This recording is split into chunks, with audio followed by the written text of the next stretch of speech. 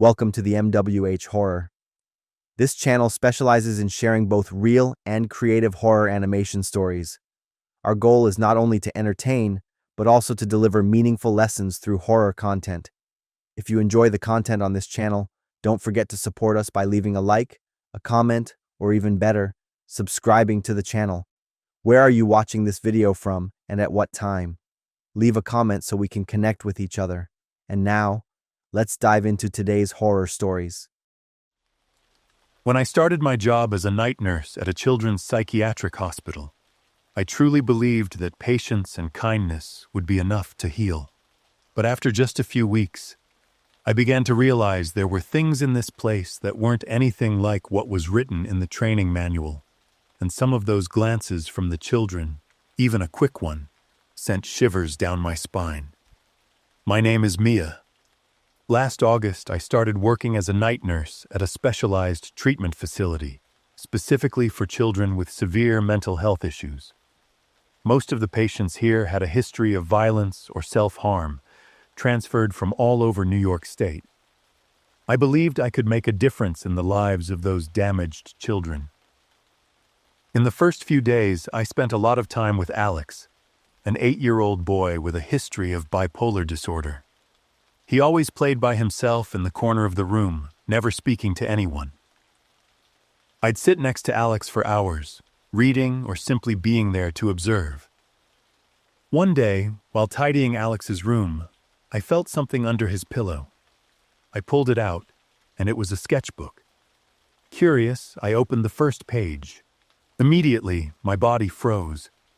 The drawings, done in black pencil, were disturbingly detailed. The first page showed a man in a white lab coat with his stomach stabbed open. The second page was a faceless child, tied up hand and foot, lying in a hole. I flipped through more pages, my hands starting to tremble. Each page depicted a different terrifying image. When I got to the last page, my heart nearly stopped. It was a woman with her hair in a ponytail, wearing a nurse's uniform that looked just like mine. Blood streamed from her nose, her eyes wide with horror. I grabbed the sketchbook and ran straight to Ms. Brooks's office, the head nurse. When I placed the sketchbook on her desk, she frowned, flipping through a few pages indifferently.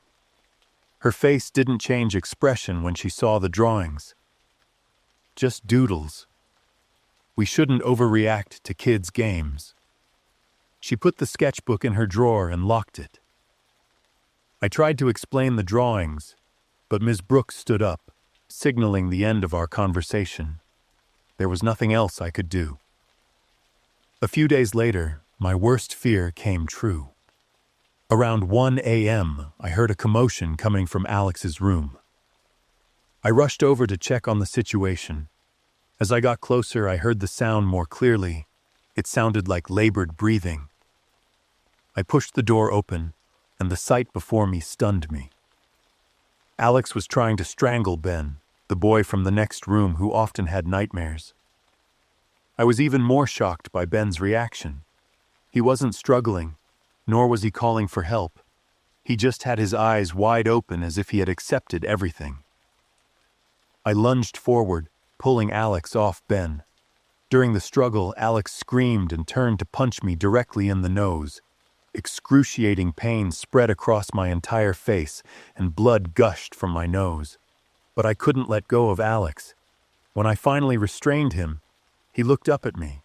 His eyes were empty, and then he gave a chilling smile. I hugged Ben and pressed the call button for help. 2 colleagues rushed over and sedated Alex. I tended to my injury, and then remembered. What had just happened was exactly what was in Alex's last drawing. I reported the incident to the day nurse, who just shrugged. Things like that aren't rare here. That's just how it is. I requested to see the head doctor, suggesting that Alex be transferred to a more specialized facility, but he shook his head. His file is very sensitive. His family has influence in the city. But Alex's condition is... That's the expertise and responsibility of nurses like you, right? I remained silent and left.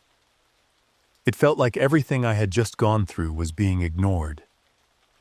The next night, as I passed the medical room to get medication, I overheard the head doctor's voice through the slightly ajar door. The children's conditions have clearly worsened since the budget cuts. There's a severe staff shortage, but don't put that in the official report. I froze there. Everything began to become clear. So it was all due to the administration's indifference, how they covered up incidents, and why children with serious, potentially dangerous conditions were kept here. When I checked Alex's room, I saw him sitting on his bed as I entered. "You won't be staying much longer." I felt a chill run down my spine and left the room without saying anything further. The next day, I looked into Alex's medical records. Before coming here, he had seriously injured a classmate. The incident was quietly resolved thanks to his family's influence. Over the past 3 years, 6 nurses had abruptly quit after working with Alex, and no one had explained why. I took this information to the head nurse, who looked at me with a cold stare and said I was showing signs of occupational stress and needed time off. That's when I understood. This system wasn't just indifferent, it was actively covering up the truth. They knew Alex was dangerous, but for their own benefit, they chose to remain silent. I submitted my resignation. I also wrote a detailed report about Alex and sent it to the state's Department of Health. But I never received a response. 2 weeks later, I read the news in the Rochester Democrat and Chronicle. Anna Davis had been attacked by a patient during her night shift and was hospitalized in critical condition. The article didn't mention the patient's name, only saying it was an unfortunate incident. But I knew it was Alex. Now I work at a small pediatric clinic in suburban Buffalo. I wonder how many more nurses have been assigned to care for Alex, and how many cases like Alex's are being concealed within the healthcare system, just for money and reputation. Perhaps the most terrifying thing isn't the sick children, but the adults who have chosen to turn a blind eye to the truth.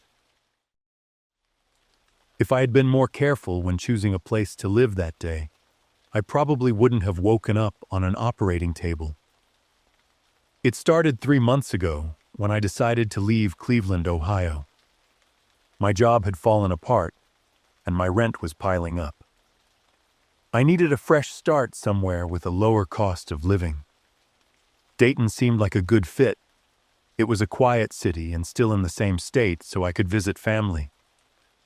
The first thing I needed to do was find a place to live. I scrolled through apartment and rental pages, and most of them were out of my reach.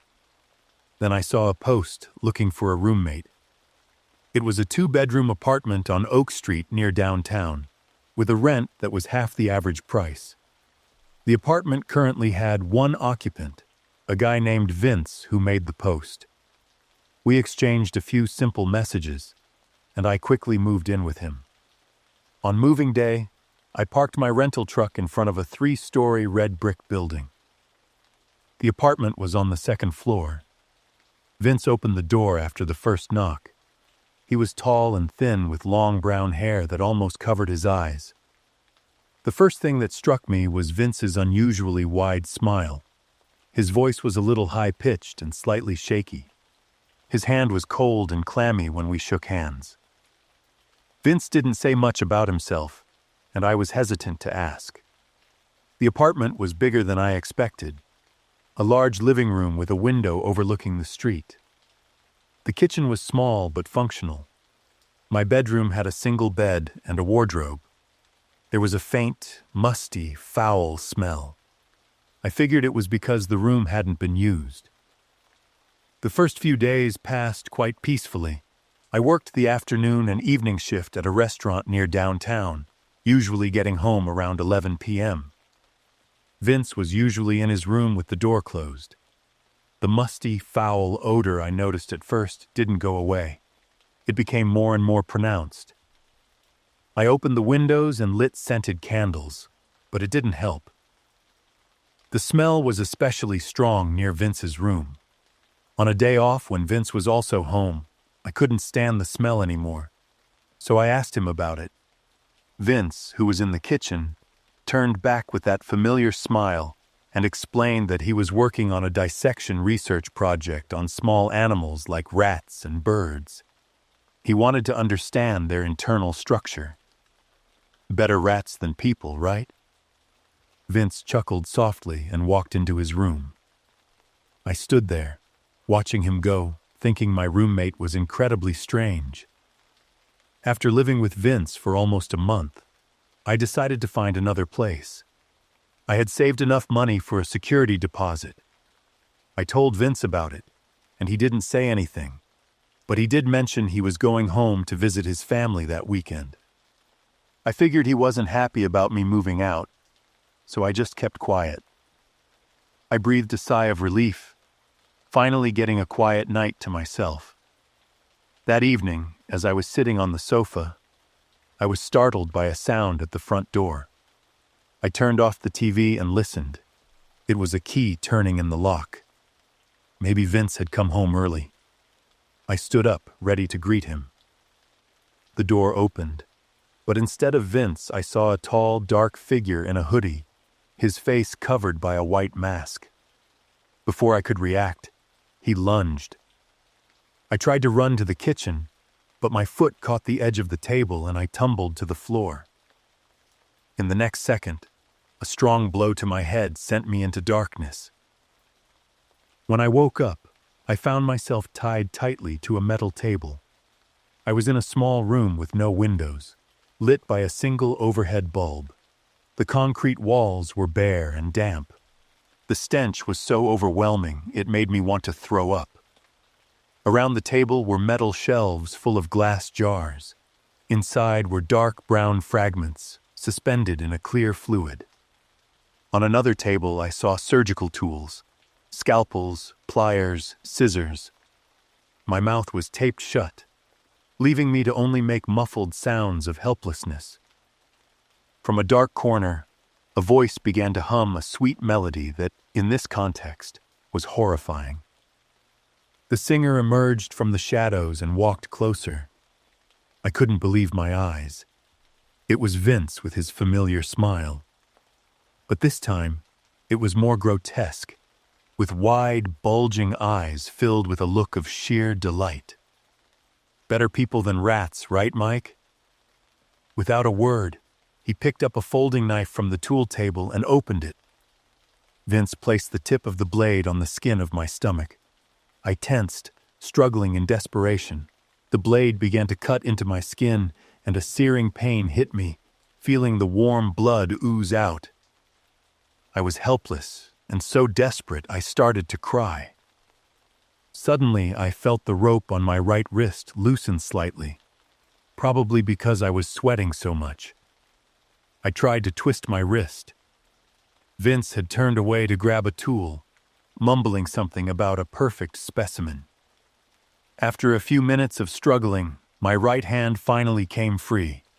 I immediately sat up, grabbed a knife from the tool table, and stabbed him in the shoulder. Vince screamed, stumbling backward, clutching his shoulder. He became enraged at the sight of his own blood, yelling hysterically. I quickly untied myself and ran. After I got out, I realized that the horror room was Vince's bedroom. I pressed hard on the wound to stop the bleeding, staggering down the deserted street. I saw a light at a nearby house and crawled toward it. I pounded on the door. A middle-aged woman opened it. She was in a panic when she saw my state. "Please, call the police." I managed to give her my apartment address before collapsing. I woke up in the hospital. A police detective was sitting next to my bed. He told me Vince had been arrested. In the basement, they found more than 20 glass jars containing body parts, not just from animals. They believed some were human, as they also found photos. Some of them were of victims who had gone missing several years ago. According to forensic reports and medical records, Vince had been diagnosed with paranoid disorder and dissociative personality disorder, but he had never followed through with treatment. He was reclusive, rarely socialized, and had a tendency to become obsessed with human anatomy and controlling others' bodies. The untreated mental illness was the cause of his insane behavior and horrifying crimes. I was in the hospital for 3 weeks. My wound wasn't deep, but I lost a lot of blood and needed time to recover psychologically. After being discharged, I found a new place to live. This time I was much more careful. I met the landlord in person, checked all the paperwork, and talked to the neighbors before making a decision. Vincent Miller was sentenced to life in prison without parole. During the trial, he still had that grotesque smile, as if the whole thing was just an interesting game. I know I was lucky that I didn't become the next living specimen in his horrifying collection. When promises of love turn into a nightmare, I'm forced to fight to regain my life and control. I'm Beth, 32 years old. This story happened when I was living in Akron, Ohio. I had a very romantic time dating Kane. He was an engineer at a local company, had a steady income, and was polite to everyone. Kane proposed after 6 months of dating, and I immediately said yes. The first month of our marriage was truly like a paradise. Kane always took care of me, cooked, and cleaned the house. He would often hug me from behind and whisper, "You're everything I need." I felt safe in his arms, believing we would grow old together in our small house in the Cleveland suburbs. Everything changed in the second month of our marriage. I woke up with a start to find Kane sitting on a chair next to the bed, holding a small pair of scissors. Scattered on the bed were strands of blonde hair. I immediately sat up. It was my hair. "Kane?" I asked, my voice trembling, my hands instinctively going to my head. One side of my hair had been cut short, close to the scalp. "Good morning, my love," Kane said, staring at me without blinking. "I've been sitting here all night watching you sleep. You sleep so beautifully, especially when I'm cutting your hair." "Why did you do that?" I almost screamed, my voice cracking as I was about to cry. Kane grinned, waving the scissors in his hand. "You look so much cuter now." "Now let's eat breakfast," Kane suddenly yelled. Before I could react, he shoved a large piece of bread into my mouth. I choked, trying to push his hand away, but Kane was stronger. He continued to force bread into my mouth. "Kane, stop!" I tried to yell through the bread, but the sound was just an unintelligible groan. I couldn't breathe. My strength was fading, and my vision began to blur. Kane continued with an expression of delight. The last sound I heard was his insane laughter before everything went dark. I woke up, squinting at the bright lights. I was in a hospital. My throat was sore and dry.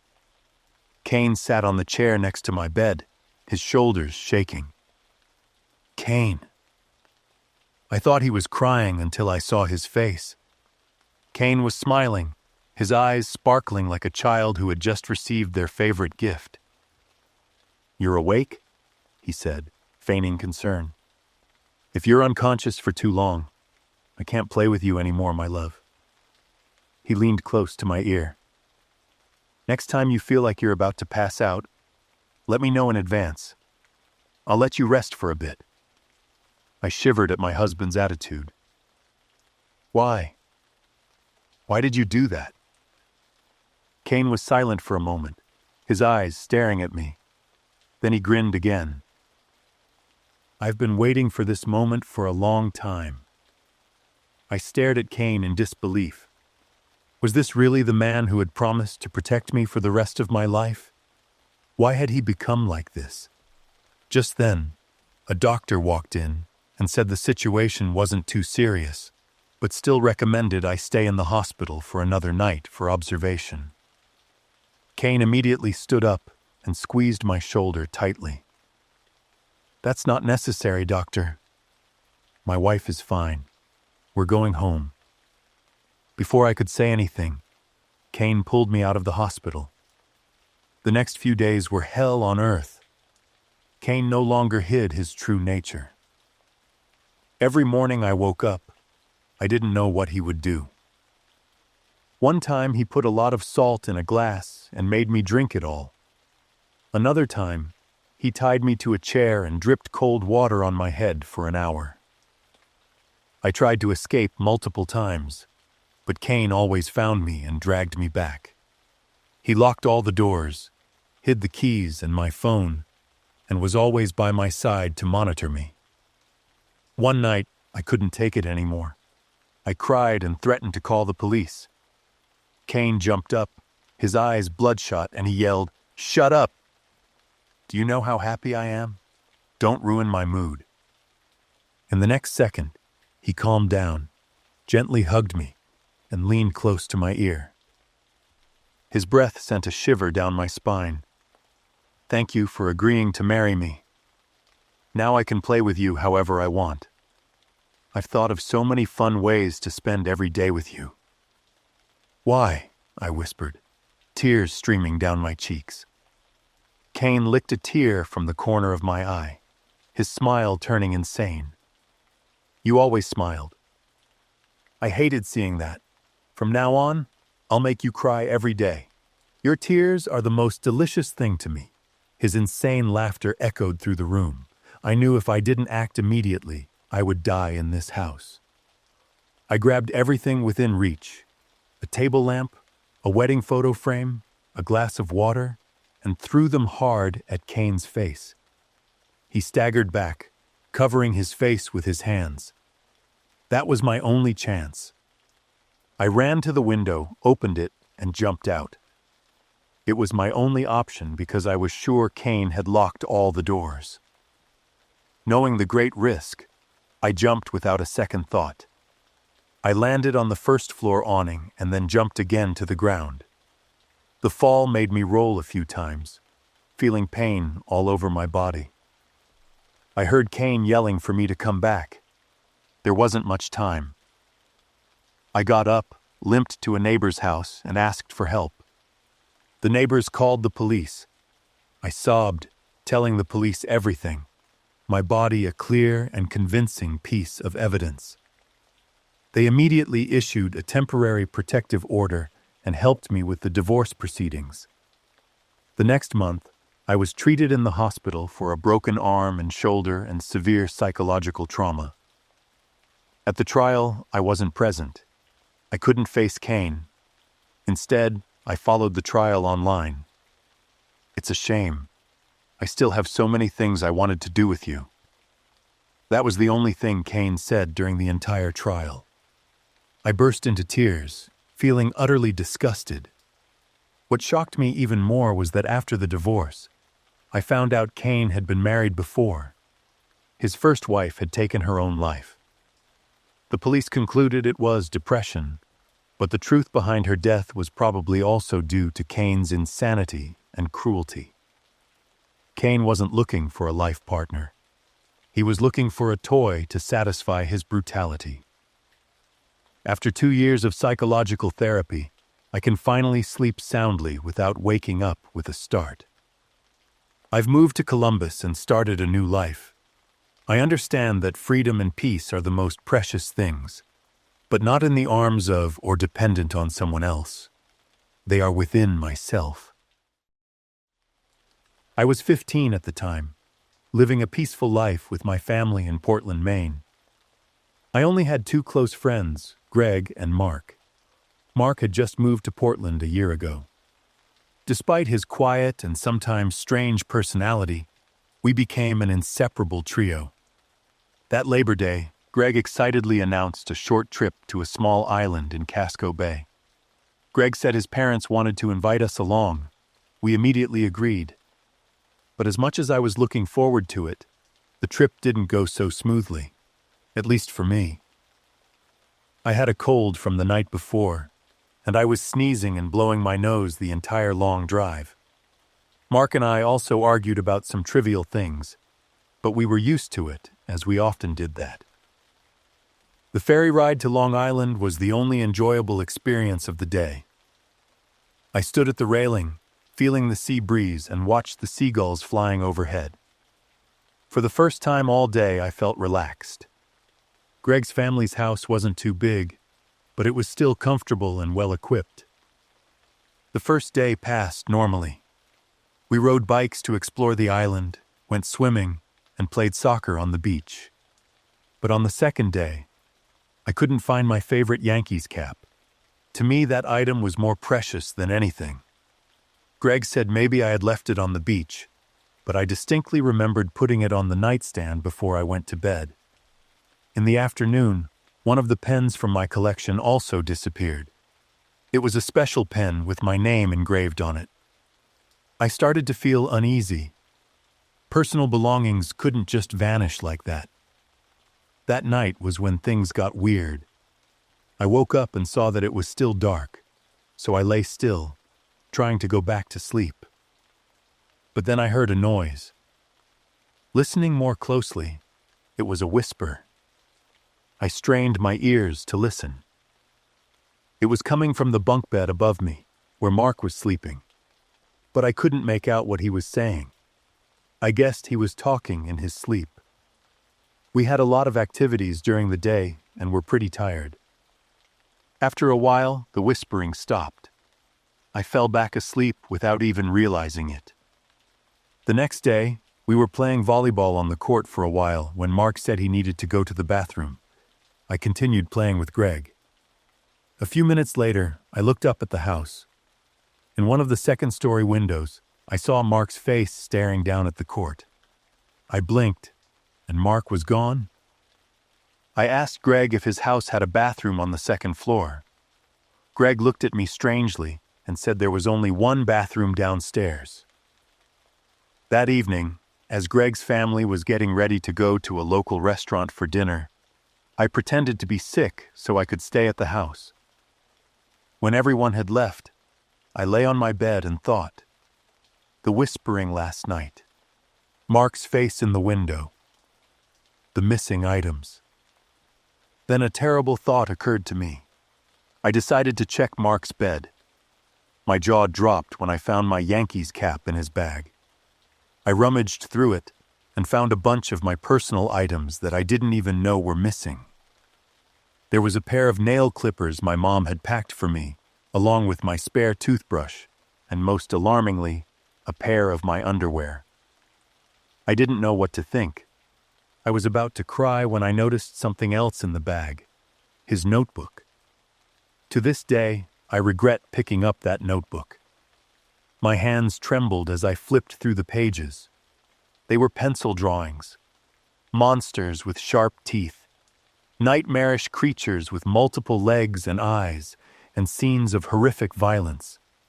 People being run over by cars, stabbed, cut up, and tortured. There were also images of creatures that looked like winged, horned demons. But what stunned me were the last few pages.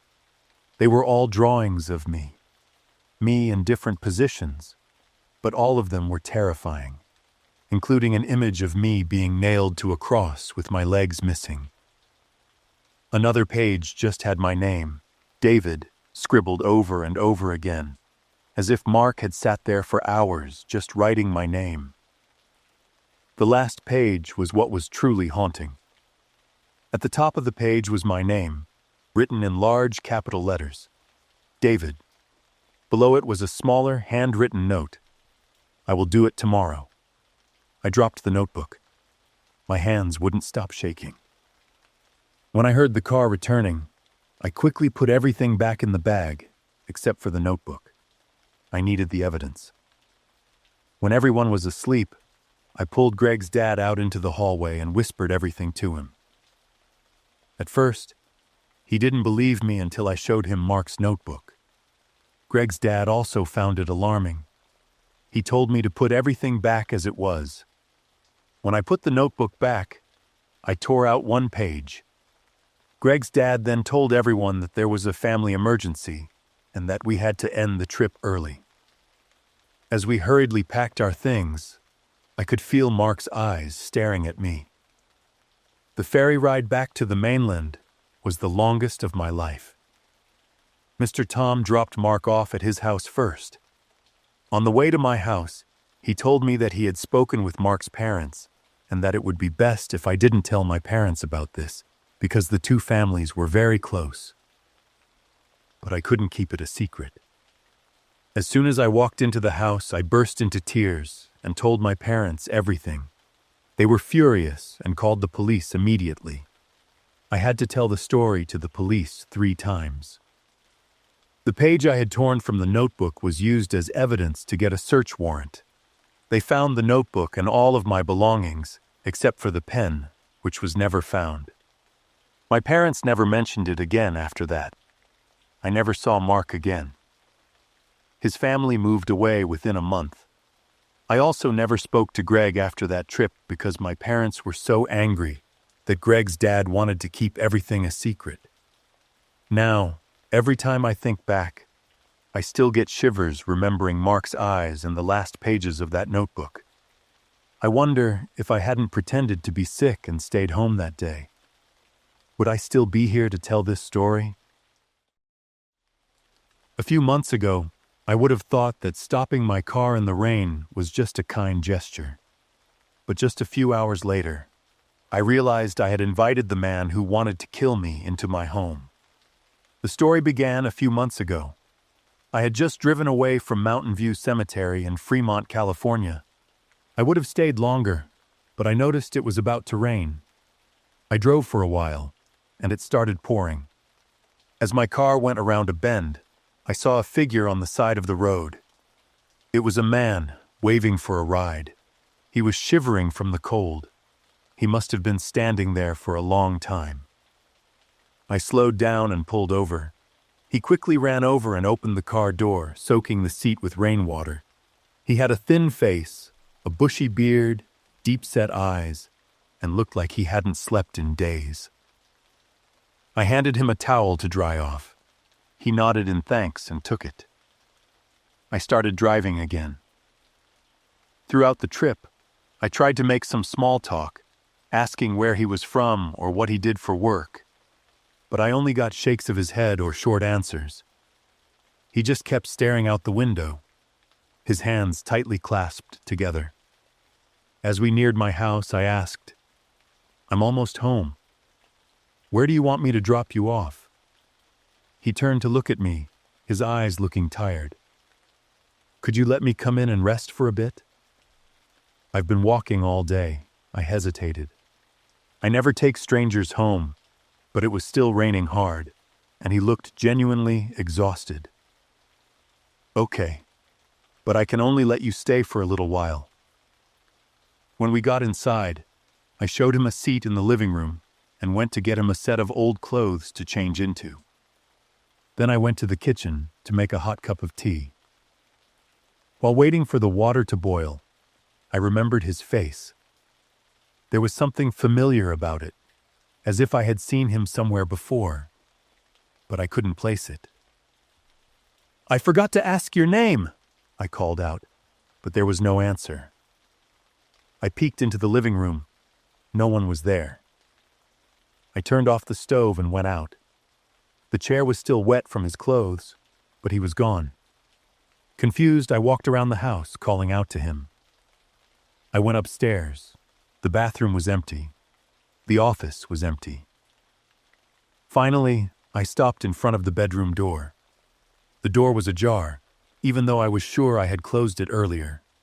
I pushed the door open and froze.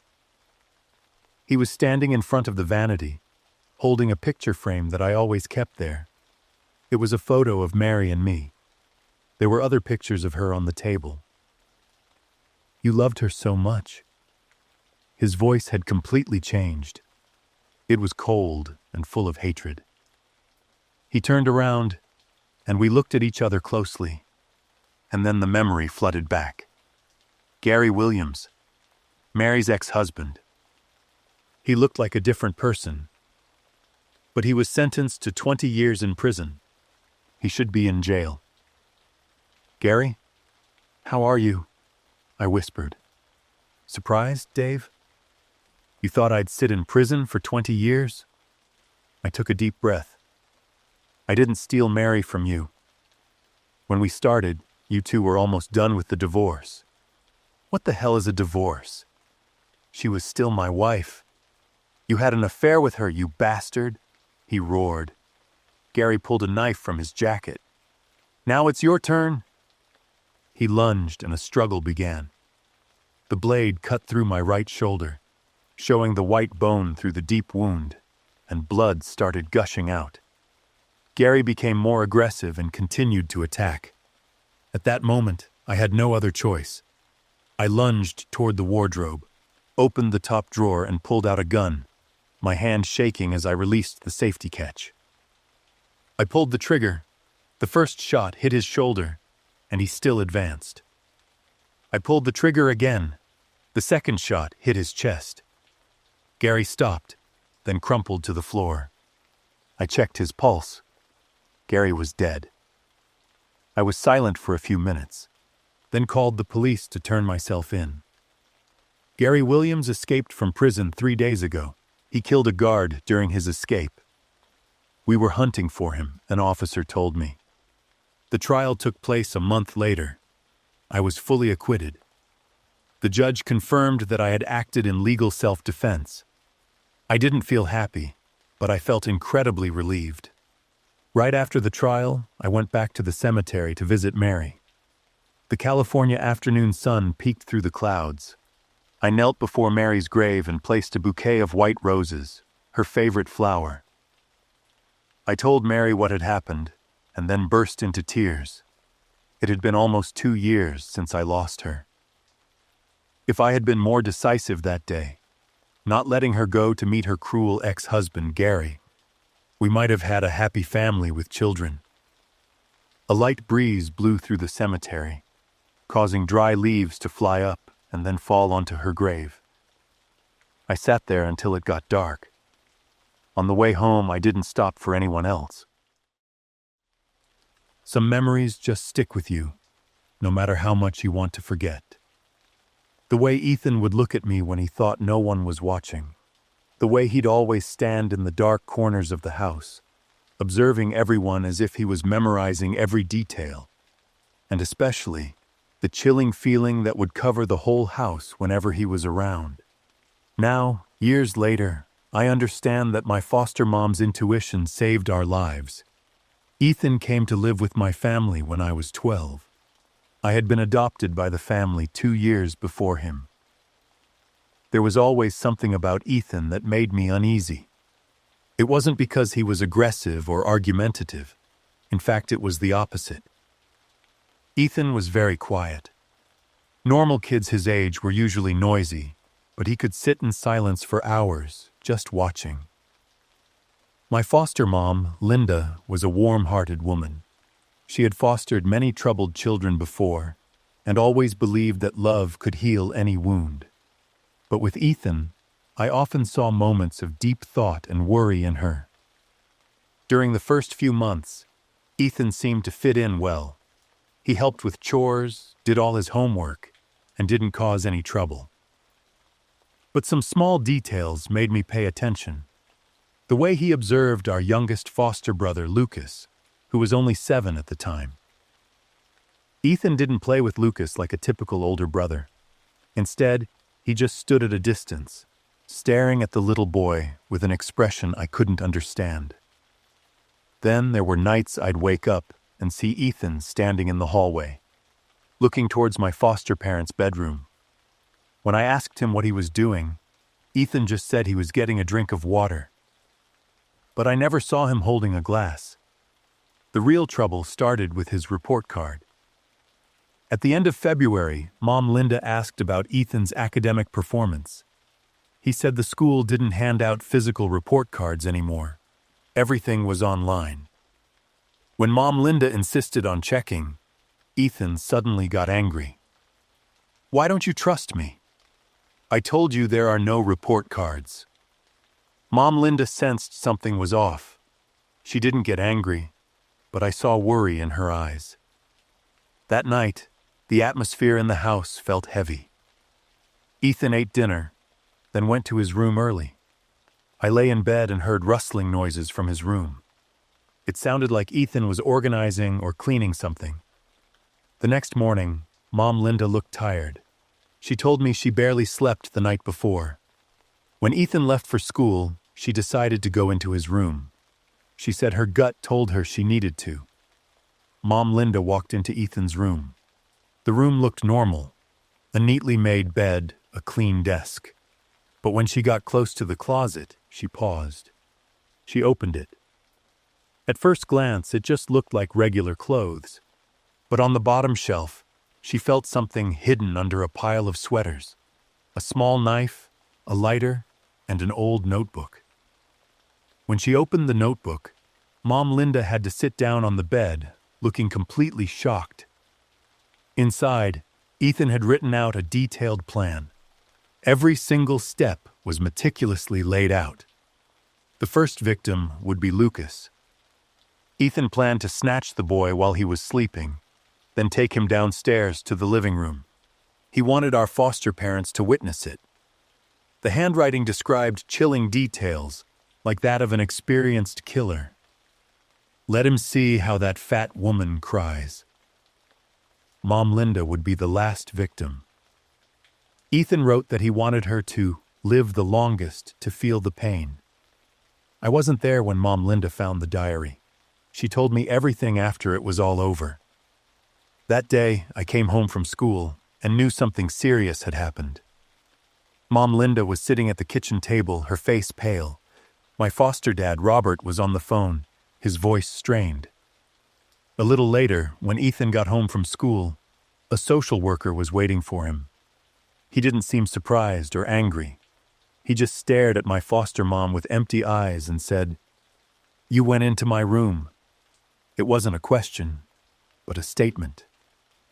As if he had known this would happen. While packing his things, Ethan turned to look at Lucas, who was playing in the corner of the room. The little boy had no idea he had just escaped death. I saw Ethan smile, a smile I will never forget. After Ethan left, Mom Linda developed severe PTSD. She couldn't sleep. She couldn't be alone in the house. Every night she would check every room, every window, every corner. Do you know, Mom Linda told me one night, the knife in Ethan's closet was exactly like the one I use for cutting meat. He took it from the kitchen and sharpened it. Later, I learned more about Ethan's past from his social services file. His biological father had been institutionalized after setting their house on fire with his children still inside.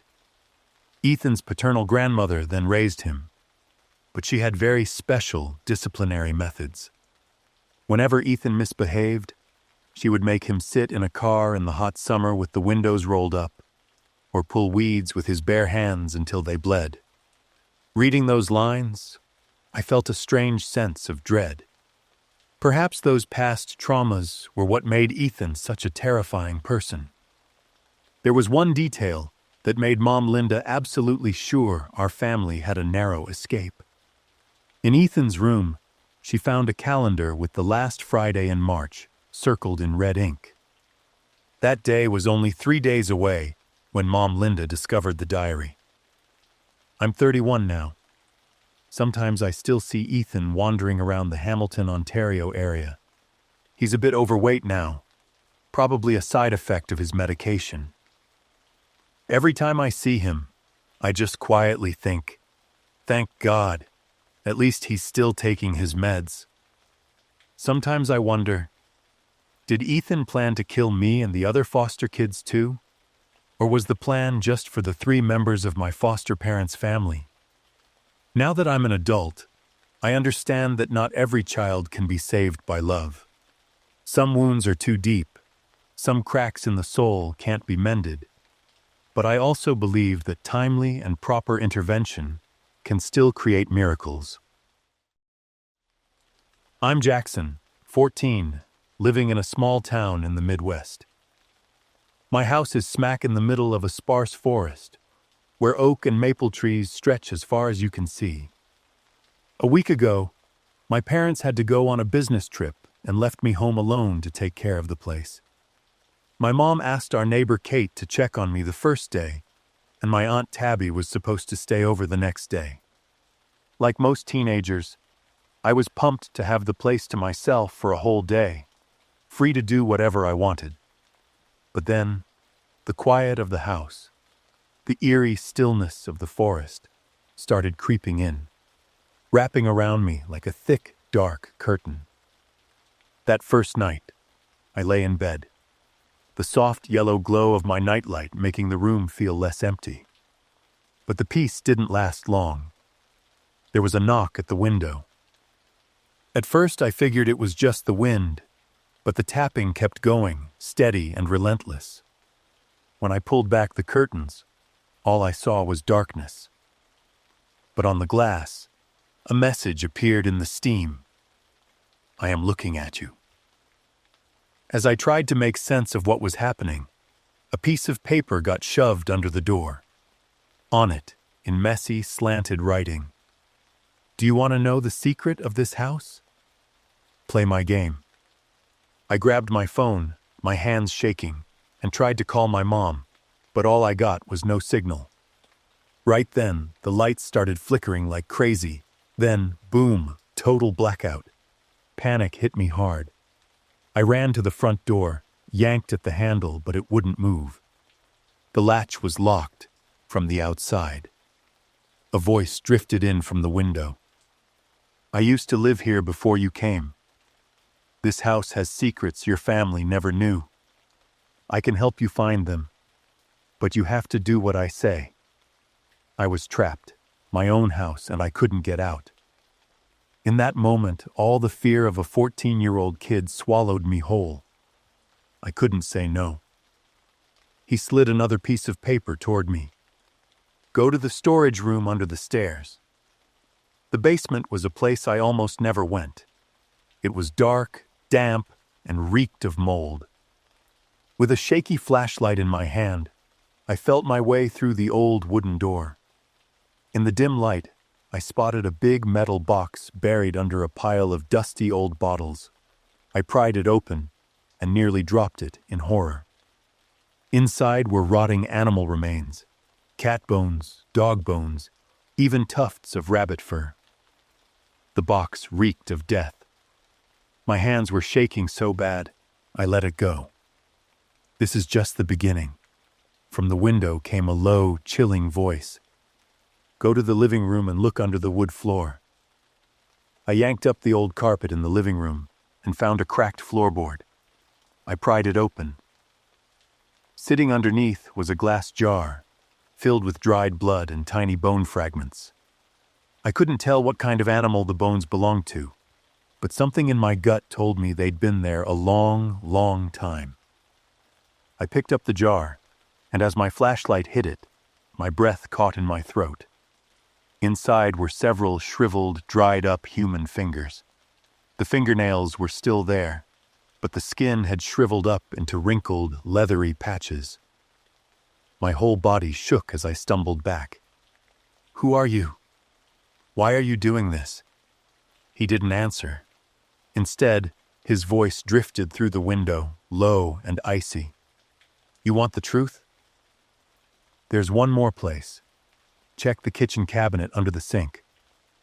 I don't know why, but I listened. Fear had shut off every logical thought in my brain. I was just moving, like a puppet on strings. The second I pulled the cabinet door open, a disgusting, stomach-churning stench hit me like a punch to the gut. Among the rotting trash and crumpled plastic sat a black garbage bag, knotted tight. As I peeled it open, the first thing I saw was hair, dark, matted, then smaller pieces of bone, and buried deep inside, something that made my breath stop cold, a severed human hand. The skin pale, stiff, frozen in time. I let out a scream and fell backward, but I couldn't tear my eyes away. That hand, it clung to my mind, wrapping around me, pulling me down into a nightmare I couldn't escape. Then he stepped into view, standing outside the window. This time, he wasn't wearing a mask.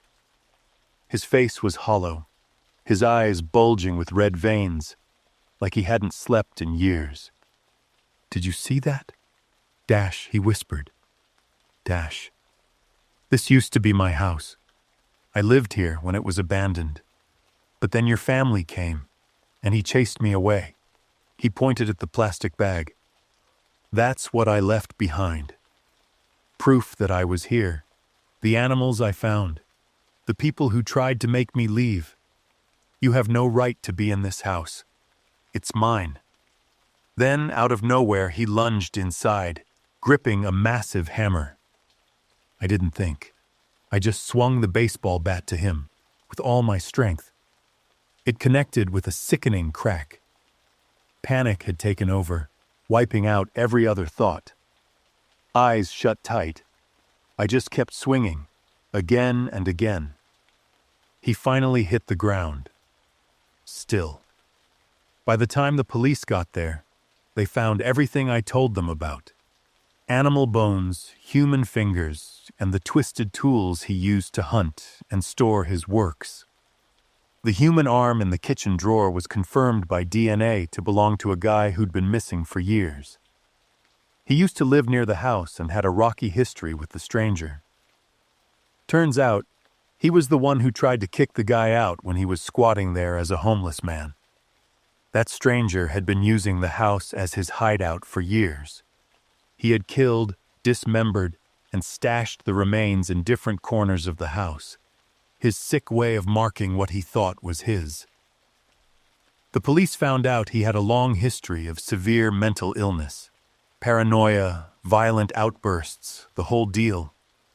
In his twisted mind, this house was the only place that made him feel safe. Losing it had pushed him over the edge. After everything, I couldn't go back to that house. I can't shake the feeling of being led step by step, like a puppet dancing on the strings of a madman. Every time I close my eyes, I hear his voice. I see that arm. In the end, I realized that real danger doesn't just come from the monsters hiding in the dark. It also comes from broken minds. Society left him behind and shoved him to the edges, and in his loneliness, he built a twisted world of his own. I'm Francis, 23 years old, living in a one-bedroom apartment on the outskirts of Boston, working at a software company with colleagues who mostly communicate through emails. I downloaded Tinder on a cold October night. Aliana's face appeared on the screen, lightly curled red-brown hair, eyes as green as emeralds, and a bright smile with perfect white teeth. Her bio was simple. Personal information, a love for reading, cats, and a habit of having coffee every morning, along with a desire to find something special. My finger swiped right without hesitation. A ding sounded just a few seconds later. Match. Aliana's first message was unexpected. She commented on the sad look in my profile picture. We texted for the next 3 days. Aliana asked about my job, hobbies, places I like to go, and the movies I loved. She always responded quickly, enthusiastically, making me feel special. After a week, we met at a small cafe in Cambridge. Aliana was even more beautiful in person. Our first date lasted from 7 p.m. until the cafe closed. We talked about everything. Aliana had a deep perspective on life, and it seemed like she understood me better than anyone else. When we stood outside the cafe to say goodbye, Aliana said she felt like she had known me for a long time. Then she kissed me. My heart raced, and I knew I had fallen for her. The first few weeks with Aliana were the happiest I'd ever had. We went to movies, strolled along the Charles River, cooked together in my apartment. Aliana always knew how to make me laugh, and I felt like I had found the other half of my life. But gradually, Aliana began texting me, asking where I was, who I was with, and what I was doing. At first, I thought it was just normal concern, but the number of messages grew. She constantly asked why I wasn't replying, wanted to know who I was having lunch with, and requested pictures, questioned why I was late coming home, and accused me of lying. One evening, Aliana suggested I share my location on my phone. She explained that she just wanted to know I was safe and that she worried about me. I reluctantly agreed, telling myself that this was just her way of showing love. One night, when I was having drinks with colleagues at a bar after work, the doorbell of the bar rang. Aliana stood there, hair messy, her eyes wild. She accused me of lying for promising to come home right after work. My colleagues looked at each other in surprise. I felt my face flush with embarrassment and anger as Aliana dragged me out of the bar. On the way home, she screamed uncontrollably despite my attempts to explain that it was just a casual after-work gathering, but Aliana didn't listen. Gradually, I realized I was pulling away from friends, declining invitations to hang out for fear of Aliana's reactions. My phone always had to be unlocked so she could check it any time. Aliana even started showing up at my friends' houses unannounced, standing outside like a ghost, keeping watch. Every time I was determined to end the relationship, Aliana would cry, saying she was afraid of losing me, that all her past relationships had ended in heartbreak, that she loved too much and couldn't bear the thought of losing me. I forgave her many times, but each time the boundaries were pushed further, and Aliana's control grew stronger. After 3 months, I knew I couldn't continue anymore. I prepared myself for tears, even anger, carefully saying that we needed to break up. But I wasn't prepared for what happened next. Aliana stood there, motionless, her face empty. Then, as if a switch had been flipped, she began screaming, throwing things around my apartment. A glass cup flew toward me, shattering. Aliana called me disgusting, accusing me of taking advantage of her, of betraying her. I tried to help Aliana calm down, but she pushed me away and ran out of the apartment. I thought that was the end, but no. 2 hours later, I heard shouting from outside my apartment. Aliana was standing in the hallway, banging on the door and screaming my name. Neighbors peeked out with angry and confused expressions. Aliana stood there, tears streaming down her face, accusing me of imaginary crimes, lying, taking advantage, even beating her. I called the police, but when they arrived, Aliana had disappeared. The officer suggested I get a restraining order, but I didn't. A part of me still felt guilty, wondering if I was the one causing all of this. Messages and calls from Aliana kept coming in the following days. When I blocked her number, she used other ones. I saw her standing outside my office, in the parking lot of my building, even at the cafe I frequented. I changed my schedule, changed my habits, and lived in constant fear. One night, I came home after work and felt something was off. The air in the apartment smelled of jasmine. I checked every room, checked the locks on the windows and doors. Everything seemed normal. That night, I slept with a chair blocking the bedroom door. In the middle of the night, I woke up to a faint sound, the sound of the door downstairs opening. I grabbed my phone and dialed 911. I whispered into the phone, saying there was an intruder. 10 minutes later, the police arrived. They searched the entire apartment but found no one. There were no signs of a break-in. No windows or doors were forced open. I felt like a fool as the officer looked at me suspiciously. One of them suggested that maybe I had dreamed it, or perhaps the noise was from the apartment next door. The officers left, and I couldn't sleep. Sitting on the bed with my back against the wall, the lights on, waiting for dawn. The next night, I woke up to my phone vibrating incessantly. A series of messages from an unknown number. saying I couldn't escape, that she missed me and knew I still loved her, begging to see me one more time. I was sure it was Aliana. I replied, telling Aliana it was enough, that I didn't want to see her anymore and asking her to leave me alone. Then, from inside my closet, a scream ripped through the silence. The closet door slowly opened. Aliana stepped out, her eyes bloodshot, hair tangled, holding a kitchen knife. She whispered that she had been waiting here all day, and she knew I would come back to her. My heart stopped as Aliana advanced toward me, the knife raised high. I rolled off the bed as the blade plunged down, running out of the bedroom, slamming the door shut, trying to lock it, but I couldn't.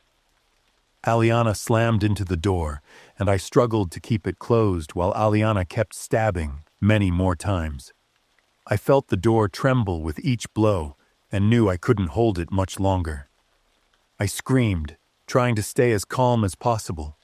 I told Aliana I would talk to her, that I would go out just to put the knife down. The stabbing stopped. I heard Aliana's heavy breathing on the other side of the door. I heard the knife drop. I counted to 3, then opened the door. Aliana stood there, tears streaming down her face, her hands hanging limply by her sides. I didn't hesitate. I lunged, grabbing her arm, and pinned her down with all my weight. Aliana struggled, scratching and biting, but I held her until I heard the sirens outside. The neighbors had called 911 when they heard the shouting. The police arrested Aliana, and as she was taken away, she kept screaming my name, swearing that she loved me so much. Aliana was charged with trespassing, assault, and several other offenses. She was sentenced to 3 years in prison. I got a permanent restraining order, and finally, I could breathe a sigh of relief. I moved to a new apartment, changed my phone number, even considered moving to another city. Every night, before going to bed, I check the closet, under the bed, behind the curtains. I jump at every strange noise, every shadow that passes. I still wonder what will happen when Aliana is released. Will her rage soften with time, or will it smolder and grow, waiting for the right moment to explode? I try to continue with my life, trying to date again, but Aliana's haunting presence still lingers in every new relationship. I see her in faces in crowds, hear her voice in calls, smell the jasmine scent everywhere. I am Louisa, 34 years old. I write these words with trembling hands, fear consuming my mind day and night.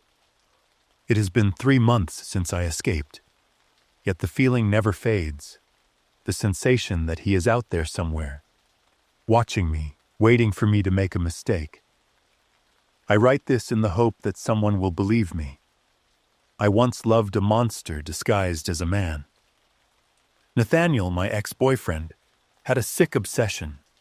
Horror movies, grotesque masks, and images of corpses too disturbing for anyone to look at for long. People say love makes us blind. For me, that blindness nearly cost me my life. I met Nathaniel at a horror movie screening in Boston. He was striking at first glance, tall, with messy black hair, bright eyes, and a charming smile. When our eyes met, I felt a jolt of electricity run through my body. At first, Nathaniel was funny, intelligent, and I quickly fell for him. Nathaniel was a senior studying film at Boston University. He was full of ideas, theories about fear, and how to evoke it from the depths of the human soul. I remember the way his eyes lit up when he spoke about knives, scissors, blood, and bodies. True fear isn't about screams, gore, or monsters, he whispered as we lay together. True fear is in the realization of how monstrous people can become, that anyone could be the monster. Now I understand, that wasn't a theory, it was a confession. His apartment, which I gradually started to see as home, was a museum of horror. The room was filled with bizarre masks, fake knives, and blood-stained props. The walls were covered in horror movie posters, not the mainstream ones, but the dark, banned films from various countries. He owned an extensive collection of books on crime, criminal psychology, and forensic case studies. At first, I thought it was just artistic passion, a dedication to his studies. Gradually, his interests became more extreme. He frequently watched real videos of murders, dismembered bodies on dark websites. Some nights, I'd wake up to find him sitting in front of his computer, watching images no one should ever see. When I asked, he called it research. "You wouldn't understand," he murmured, stroking my hair. Our conversation shifted from movies to real-life horror stories. He knew the details of every serial killer case, from Ted Bundy to the lesser-known murderers. He spoke of them with an eerie admiration, as if they were artists. More than once, I caught him smiling while reading details that would make most people sick. I should have left. But love and dependence kept me there. The next warning sign came about 3 months into our relationship. When angry, Nathaniel's eyes went blank, as if his soul had momentarily left his body, leaving behind an empty shell. The first time I saw it was during an argument over me meeting a male friend. He grabbed my throat, squeezed playfully, then laughed as my face turned red from lack of oxygen. "You're so weak," he whispered before releasing me. Nathaniel pulled me into his arms, stroking my back as if nothing had happened. But I couldn't forget that look, completely void of humanity. After that, I started noticing other strange things. He always carried a black coat, rope, sharp knives. Nathaniel explained they were props for his short film projects, but I never saw a completed film. Nathaniel began disappearing on weekend nights. He said he was working with his film crew. I believed him, until one night. He came home at 3 a.m, his clothes filthy with damp earth and a metallic, rancid smell. The turning point came on a winter night, 5 months after we met. We were drinking wine in his apartment. The snow was falling heavily outside. Nathaniel drank more than usual, and as the alcohol settled, he started talking about a murder case I had never heard of. "Do you know why the police never found Julia Rawson?" he asked, his eyes hazy but disturbingly focused. Julia Rawson, according to the news, was a middle-aged woman who had vanished after a shopping trip in May. It was a widely reported case, yet unsolved. "Because we cut her into 12 pieces, Nathaniel continued. He grinned. I froze. Was this a joke? I couldn't tell, but there was no hesitation in his eyes. 12 pieces, he repeated, savoring each syllable. I fought the urge to vomit, trying to convince myself it was a sick joke. But deep down, I knew he was telling the truth. "We?" I asked, keeping my voice steady. Nathaniel smirked. "No, just me. Me and my instincts." "You wouldn't want to disappoint me, would you?" he would say whenever I did something he disliked. "I love you, but if you betray me, you know what happens." I began planning my escape. I secretly saved money, looked for a place to hide, and tried to gather evidence to take to the police. But Nathaniel was terrifyingly careful. There was nothing, no proof, only drunken words he could easily deny. I knew I had to leave, but fear kept me frozen. The fear that if I failed, I'd be the next 12 pieces. Then one night, Nathaniel dropped his facade. He forced me to drink, despite my refusal. Then he sat on the bed, silently sharpening a knife, his hollow eyes staring straight through me as if I no longer existed. "If you leave, I will hunt you down. Until only 12 pieces remain," he said, his voice eerily gentle. I shut my eyes, pretending to sleep, but my mind was racing. I knew this was my last chance. When Nathaniel finally passed out, I slipped out of bed. With trembling hands, I grabbed the half-empty whiskey bottle. I summoned every ounce of courage and smashed it against his head before running. I didn't stop for clothes or belongings. I just ran through the empty streets of Boston at 3 a.m, in nothing but thin pajamas, in the freezing winter air. I ran until my feet were bloody, until I couldn't breathe. I never looked back. It has been 3 months since that night. I've moved to another city, changed my name, cut and dyed my hair. But the fear follows me like a shadow. I reported him to the police, but they said I had no evidence. Nathaniel was charming, a talented film student with a bright future. Who would believe me, a panicked woman making unprovable accusations? There's no reported case called 12 Pieces, an officer told me, his skepticism obvious. But I know what I heard. I know what Nathaniel is capable of. I feel his eyes on me. Anonymous emails began appearing in my inbox, no words, just images of blood. One day, I received a package with no sender. Inside was a small doll cut into 12 pieces. I know he will come back. He will find me. And this time, there will be no mercy. If anyone reads this, believe me, Nathaniel is real. He is not a fictional character from a paranoid mind. He is a monster in human skin, walking among us. Nathaniel is still out there, looking for his next victim. And if what he told me is true, Julia Rawson was not the first, and I will not be the last. Beware of men obsessed with horror, who carry knives and ropes. Beware of those empty, soulless eyes when they speak of pain. Beware of those who know too much about death and decay. And if you hear someone talking about the 12 pieces, run immediately. Don't look back, don't wait for an explanation, just run. Because if you don't, you might become the next piece in his collection. I am writing this from a small cafe in a city I will not name. A man just walked in, with messy black hair and a familiar coat. I can't see his face, but I know it's him. And I know my time is up. I've been in this cell for 3 years now, and every morning when I wake up, I still feel the dull ache in my left eye. They say I'm lucky to be alive, but sometimes I wonder if death would truly have been worse than living with this memory. It all started in the spring of 2021.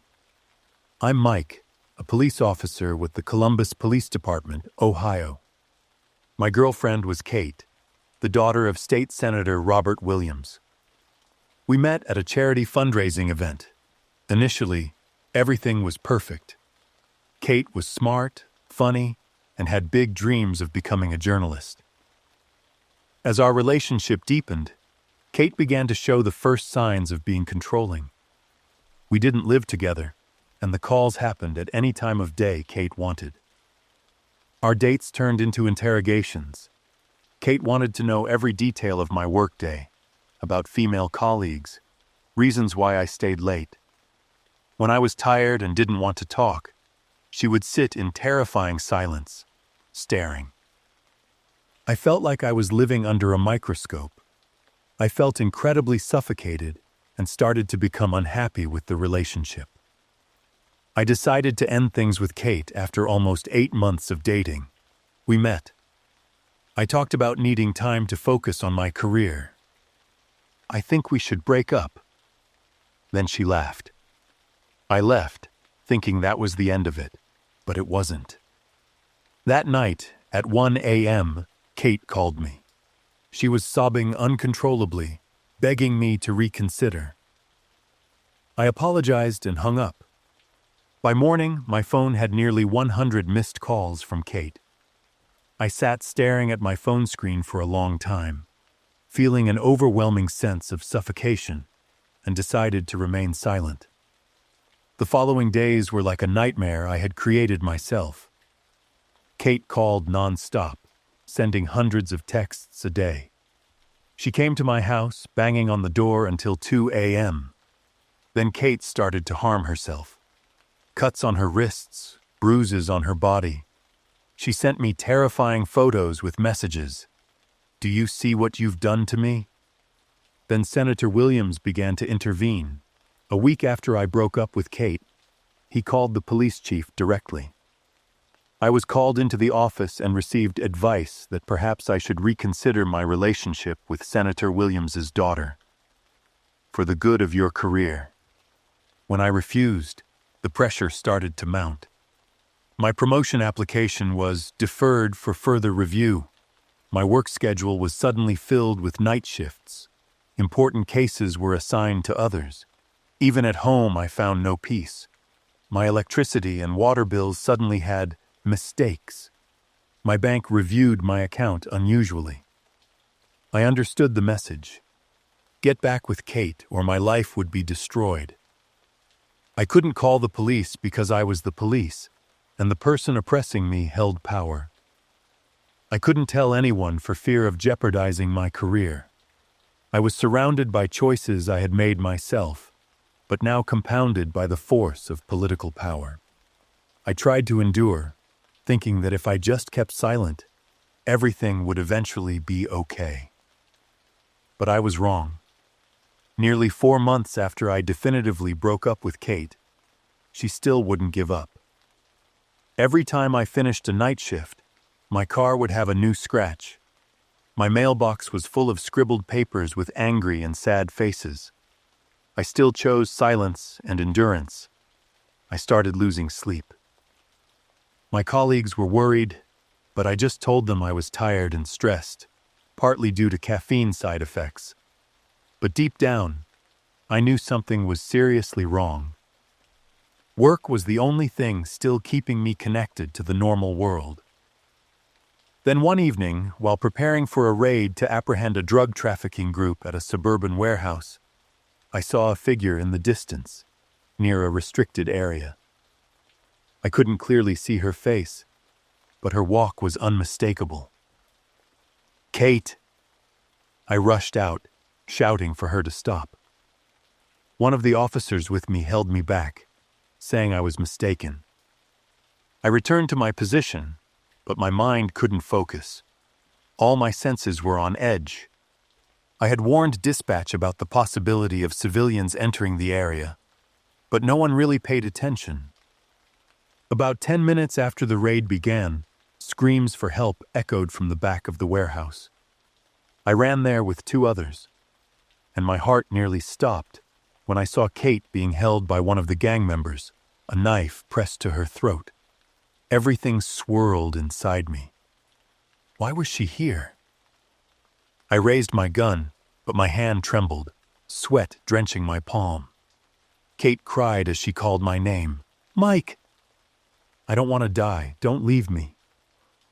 The more I heard Kate's voice, the more my heart raced, my mind unable to focus. I felt like I was pushed to the edge of an abyss, with only darkness below. My head reeled. For months I had tried to endure. But the harder I tried, the more I felt like someone was suffocating me day by day. "I'm scared. Mike, you can't leave me. You made me like this." I gasped for breath, my vision blurring.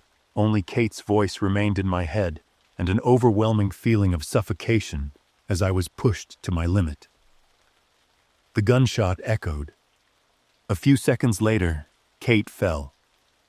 Everything suddenly became eerily quiet. There was only the pounding of my heart and a sense of emptiness. The kidnapper was subdued immediately after the shot. My teammates rushed in, disarmed him, and cuffed him to the ground.